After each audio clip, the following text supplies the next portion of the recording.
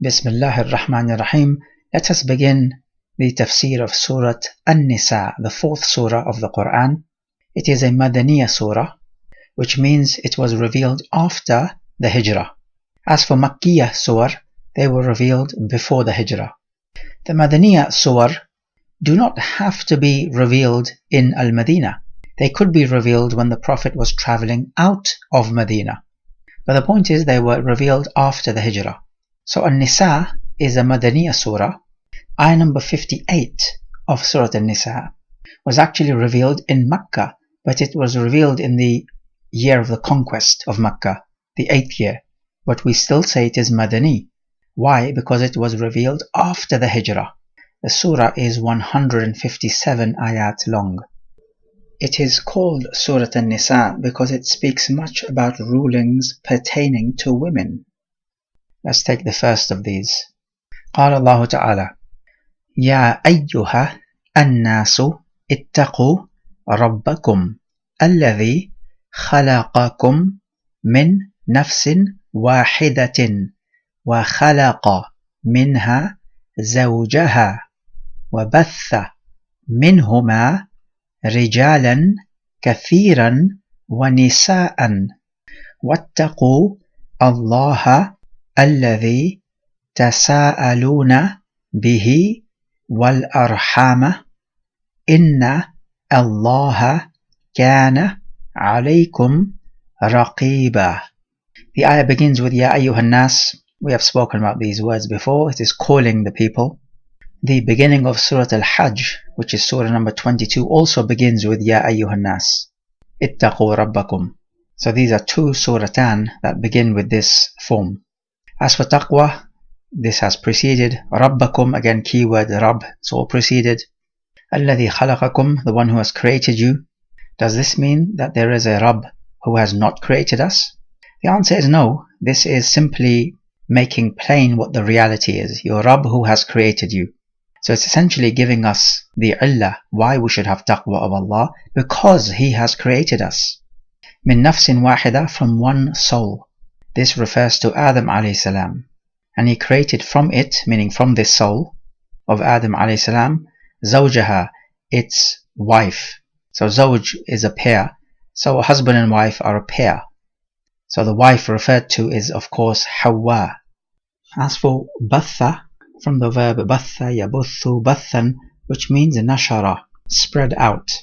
So from the first couple He has spread out and created many men and women. He says, so have taqwa of Allah, alladhi tasa'aluna bihi, which means by the one whom you ask each other.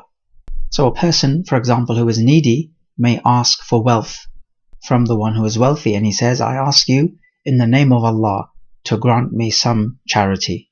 So when you use the name of Allah, it makes your request that much more powerful. And this is because Allah Jalla wa Ala is venerated. And He says, wal arhama, meaning ittaqu al arham, meaning be wary of the arham, plural of rahim, which means your near kindred and blood relations. This means to say, do not break off ties of kinship. Be wary of breaking off ties of kinship. He says, indeed Allah was over you a raqiba, meaning a watcher or an observer over you. From raqaba yarqubu, to observe or to watch over someone. When He says kana alaykum, this is the past tense, it means He was always an observer and a watcher over all of His creation.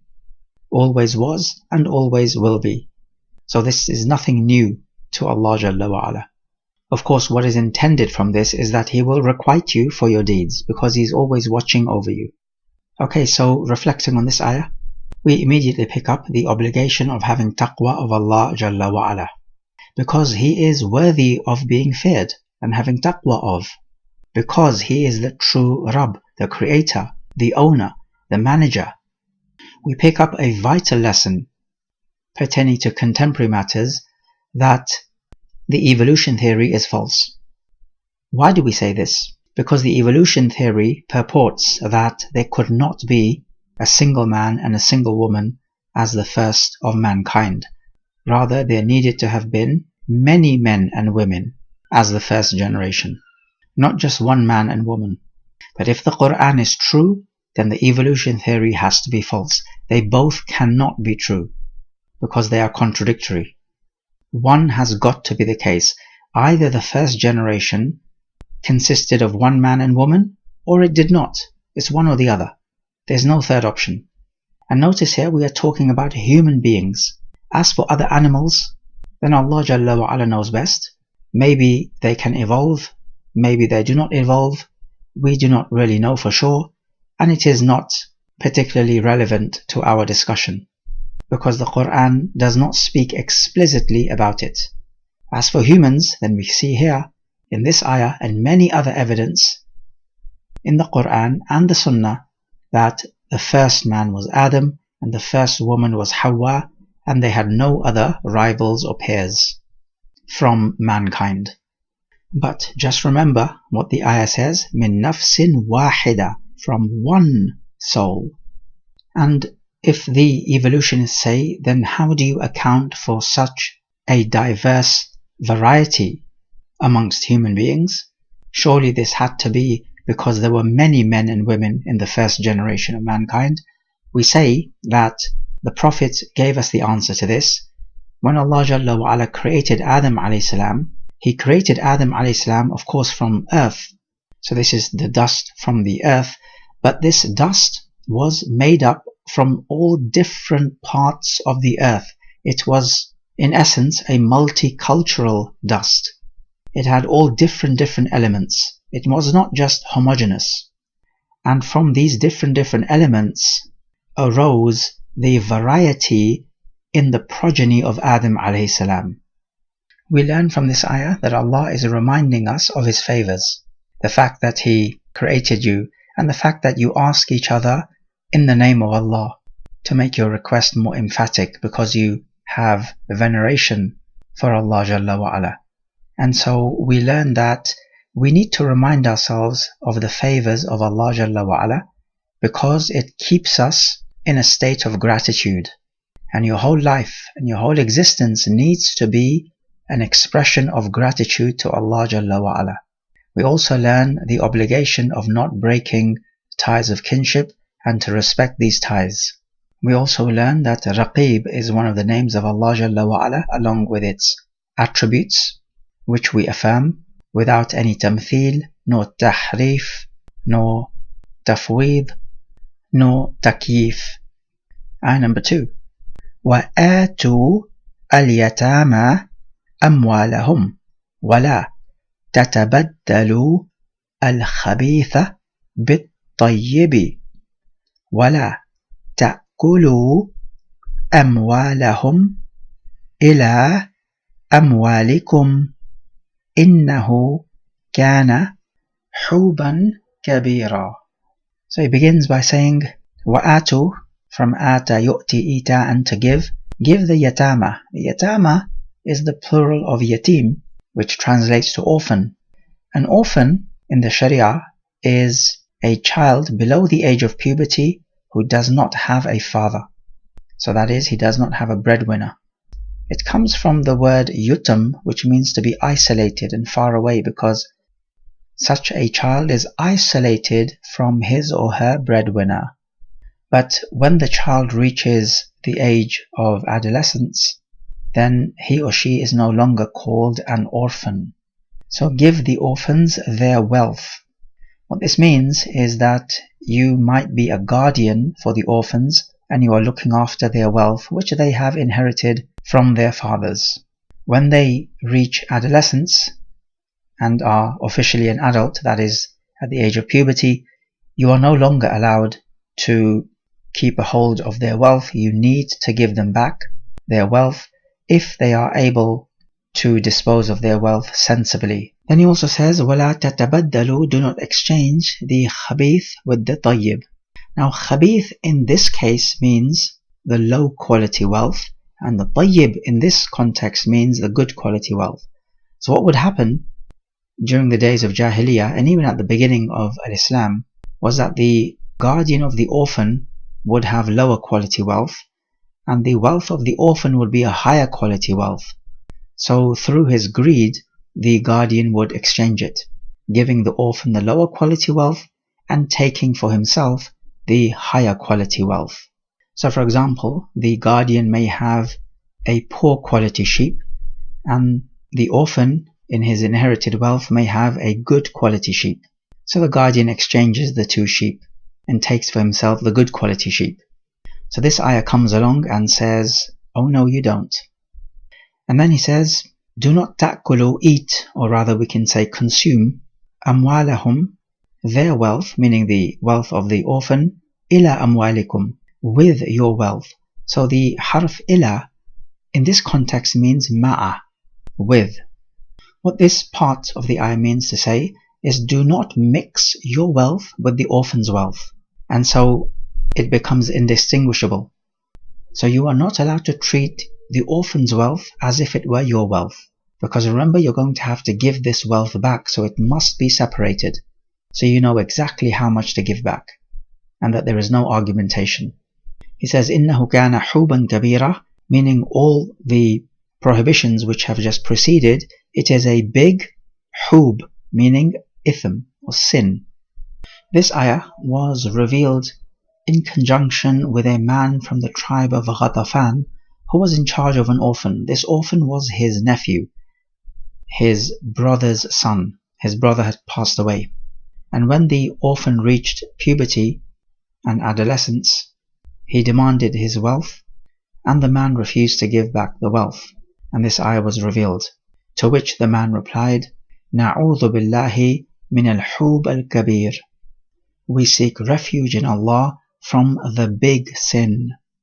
Anyway, reflecting on this ayah, we notice that Allah is speaking about the orphans, and from this we may immediately glean that Allah is most compassionate and most merciful and full of pity on all His servants, but particularly those of His servants who are vulnerable, such as orphans and widows and women. So the more vulnerable a person is, the more severe Allah Jalla wa'ala becomes in protecting their rights.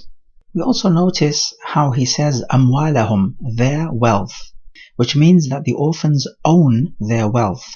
They're not allowed to dispose of it because they're not qualified to do so, but it is their wealth and it's in their full possession. And what would result from this is that zakah is applicable to the wealth of the orphans and indeed the wealth of children as well, because the zakah depends on the amount of wealth as long as it is in the full possession of somebody. That somebody does not have to be an adult. That somebody does not even have to be sane. We also learn it is haram to be dishonest when you are entrusted. That is to say, you're not allowed to exchange your poor quality wealth with the orphan's good quality wealth. This is clear-cut cheating and dishonesty, and it is a major sin. We also learn that you're not allowed to mix the orphan's wealth with your wealth. However, there is detail in this matter. If this is by way of consuming the orphan's wealth, then of course this is clear-cut haram. However, if this is in order not to usurp or consume the orphan's wealth unlawfully, but to use this wealth mixed in with your wealth for investment and to increase the wealth, then this is fine and it is not haram. The reason is because you are benefiting the orphan's wealth, so that when it comes to giving the orphan's wealth back, you are giving back the orphan more than you found the orphan with. Or for example, you may mix it with your wealth for safekeeping, and that is also fine, because the point is you're doing all of this for the benefit of the orphan, not to the detriment of the orphan. What is haram is if you treat the orphan's wealth to the detriment of the orphan. Notice the word of the ayah, وَلَا تَأْكُلُوا, meaning to eat, or we can say to consume the orphan's wealth. But merely mixing the orphan's wealth with your wealth is not haram. Rather, it depends on the intention and what your purpose is. And we talked about this before in Surah Al-Baqarah, ayah 220, where he says, وَإِن تُخَالِطُوهُمْ فَإِخْوَانُكُمْ وَاللَّهُ يَعْلَمُ الْمُفْسِدَ مِنَ الْمُصْلِحِ. If you mix your wealth with the orphan's wealth, then they are your brothers, meaning that is not a problem. These are matters which happen and are seen as okay, and with Allah they are okay as well. And Allah knows the one who is a mufsid, the one who causes corruption, with the muslih, the one who rectifies the affairs. So it all depends on whether you're making ifsad or islah. However, we say if you're going to mix your wealth with the orphan's wealth, then you need to keep an account of how much the orphan's wealth is worth and how much your wealth is worth.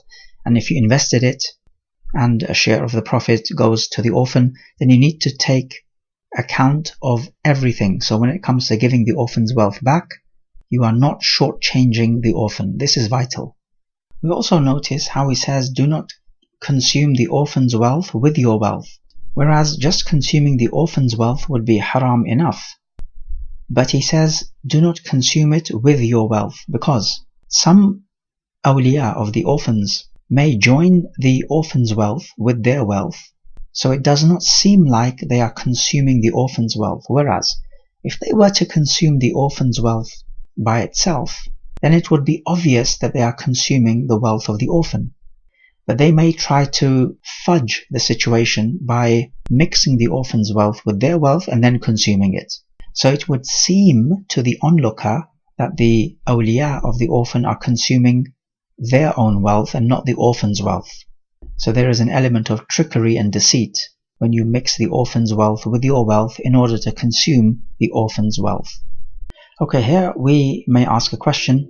If he uses the orphan's wealth to invest in, to increase it, and it ends up making a loss, then does the wali of the orphan stand as a guarantor?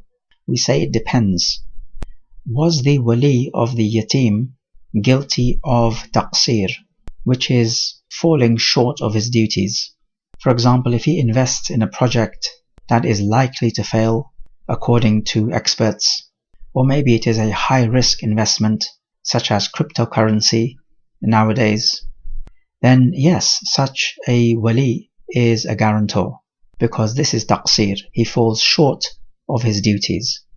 But if it was not a high-risk investment, according to professional opinion, and it turns out that you make a loss because of unseen circumstances, then it cannot be said that the wali is guilty of taqsir, and therefore does not stand as a guarantor. So this issue needs to be studied and looked at, and it all depends on the context. Ayah number 3. وَإِنْ خِفْتُمْ أَلَّا تُقْسِطُوا فِي الْيَتَامَى فَانكِحُوا مَا طَابَ لَكُمْ مِنْ النِّسَاءِ مَثْنَى وَثُلَاثَ وَرُبَاعَ وَإِنْ خِفْتُمْ أَلَّا تَعْدِلُوا فَوَاحِدَةً أَوْ مَا مَلَكَتْ أَيْمَانُكُمْ ذَلِكَ أَدْنَى أَلَّا تَعُولُوا. He goes on to say, if you khiftum from khafa, yakhafu khawfan, if you fear that you will not be tuqsitu, just. So aqsada yuqsitu iqsatan, to be just. That you will not be just, fil yatama, regarding the orphans. Now here it refers to the female orphans under your care, because the rest of the ayah gives the context. Fankihu, then marry, from nakaha yankihu, to marry ma taba lakum, what seems good to you, from tayyib, min an-nisa, from women, meaning the characteristics which seem good to you from the women. We notice the word ma here, but women are intelligent human beings, and so the word man is expected, but he uses the word ma. So either we say that ma can be used in lieu of the word man, or that we can say that ma does not refer to the human beings who are women, but it refers to the characteristics of the women. Now the characteristics per se are not human beings with intelligence, such that the word man can be used. So both opinions are valid. Also, ma taba lakum can also mean what is halal for you from the women, because as we know, there are some women who are haram for you to marry. So what this ayah is talking about is, as Aisha radiallahu anha explains, a man would have a female orphan under his care. For example, it could be his cousin, and then this man wants to marry this orphan girl, However, this man does not have the same level of respect and fear he would have with another woman who is not related to him and has a wali of her own. And so because of this, he may marry her and not give her the appropriate level of mahar, bridal gift.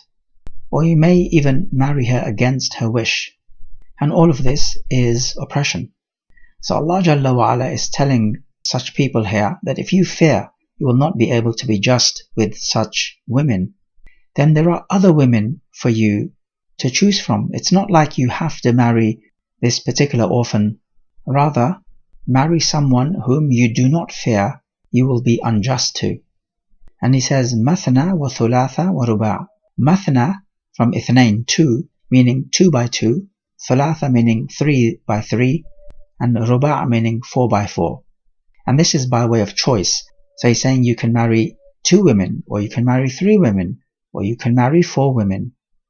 It does not mean to say 2 and 3 and 4, because if you have 2 and 3 and 4, you add them up and it comes to 9. It would then mean marry 9 wives.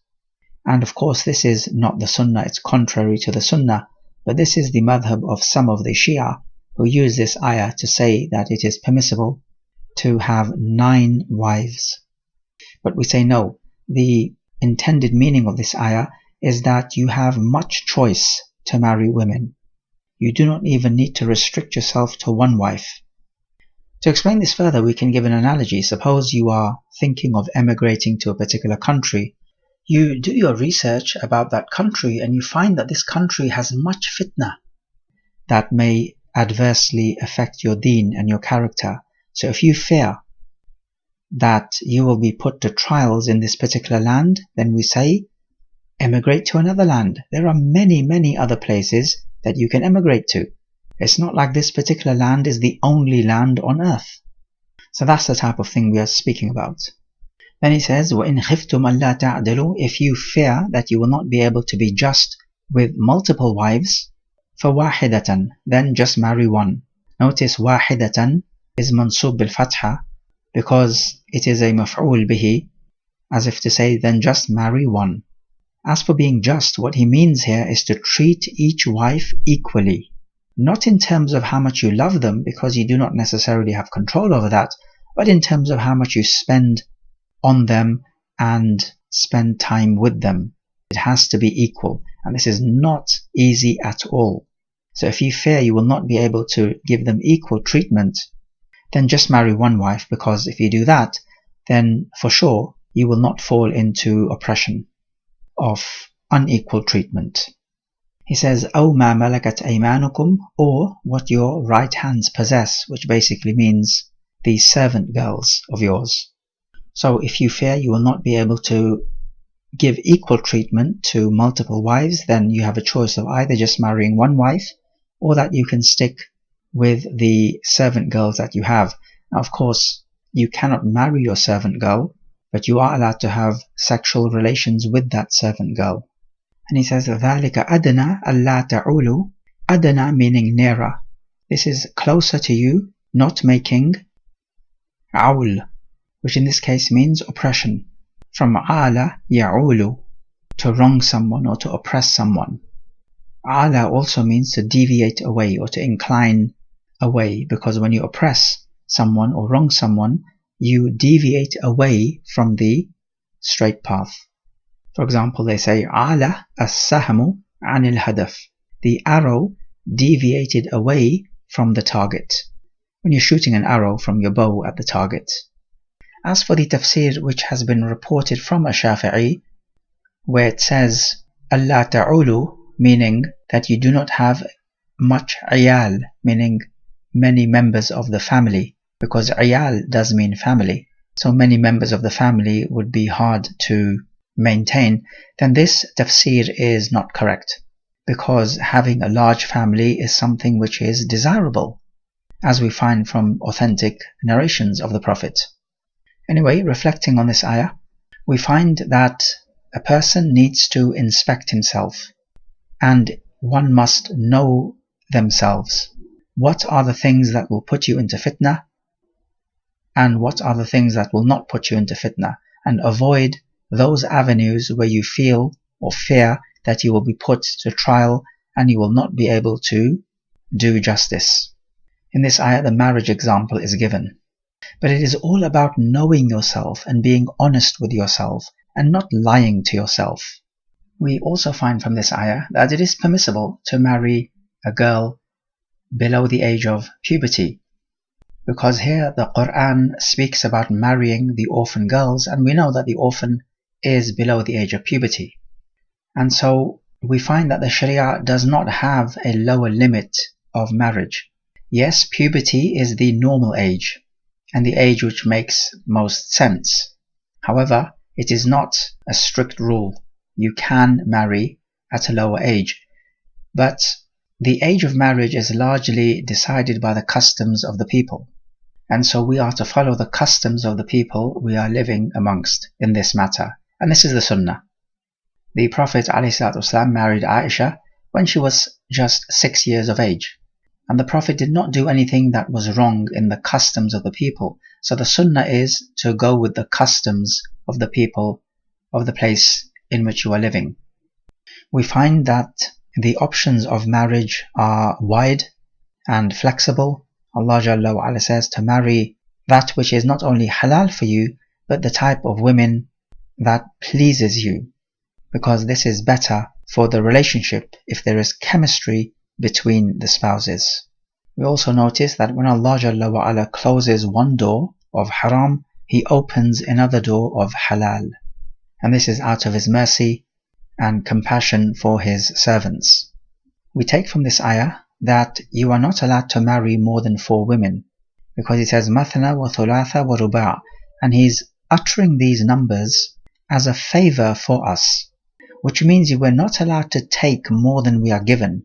We're not allowed to then marry 5 women, because Allah Jalla wa Ala has not given us that choice. And then besides, we have good authentic narrations from the Prophet that tell us 4 is the maximum number. However, we find that having multiple wives, what is called polygyny, is only allowed if you do not fear that you will not be able to keep just with them, which is equal treatment. And it needs to be said, from a practical point of view, that most men will not be able to juggle multiple wives. So for the vast majority of men, 1 wife is enough, because you need to fear falling into injustice. And so therefore we would recommend just 1 wife, as multiple wives for the vast majority of men simply does not work. And then besides, most women will not accept a co-wife, so you have to look at that aspect as well, because you do not want to harm your wife by bringing in a co-wife. So just because something is permissible does not mean you must take up the offer. Rather, you need to look at surrounding circumstances. We also find that having sexual relations with a servant girl is permissible, and that if you have multiple servant girls, you do not need to spend time equally with them, because they are not wives, they do not have the same rights as wives. Also, there is not an upper limit to the number of servant girls as there are with the wives. The only restriction being that how you obtain the servant girl needs to be in the legislated way, which is a prisoner of war, in a valid jihad fi sabilillah under a legitimate ruler. We notice when he says what your right hands possess, it indicates to us that the right is the noble side and the left side is not as noble. That's why positive things are linked to the right hand side and the negative things are linked to the left hand side. هذا والله أعلم.